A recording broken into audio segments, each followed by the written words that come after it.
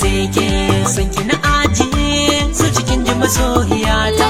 Tunda kana cikin rai ba wani dole sai kai san ka na adana zuciya ji masoyina.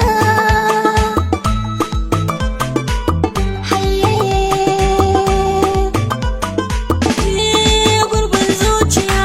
ta kin shiga kin fake ke na yi ra'ayin aure zan zauna da ke alkawari ki da muke karki yo sake da ke na aminta kisan ba wata banda ke to aje na a dausayi a so ba laulayi inda rai na san rabo wata ran za a yi gamo buri na rayuwa in ganna a dakwai da ke.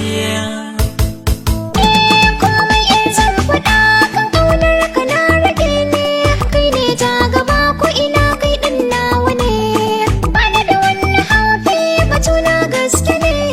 cikin duniyar soyayya ina ta makarraka ne ni ma kai ne ra'ayi kyakkyawan saurayi da ƙauya ko tsalle ne ba ni ja da baya kai na saka cikin rai ina nan tare da kai.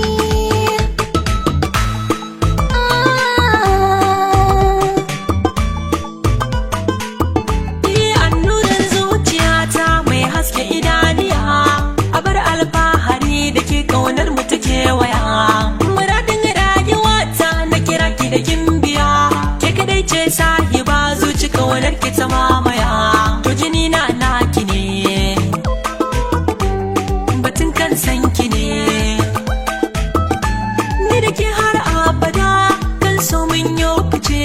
ki rike ni da hannuwa biyu kar da mu farrake. Tunda kana cikin rai ba wani dole sai kai San ki na ajiye su cikin ji masoyiya ta. guje maka duk daɗi da wuya wata na mai soyayya auren kare na yi niyya lalala domin ka san tarbiya zubar sabon na sha karka bani guba na sha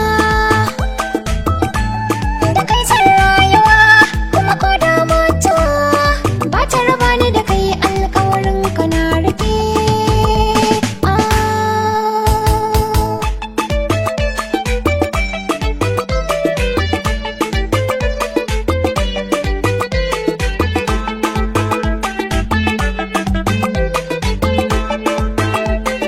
Lalala a tunda kina cikin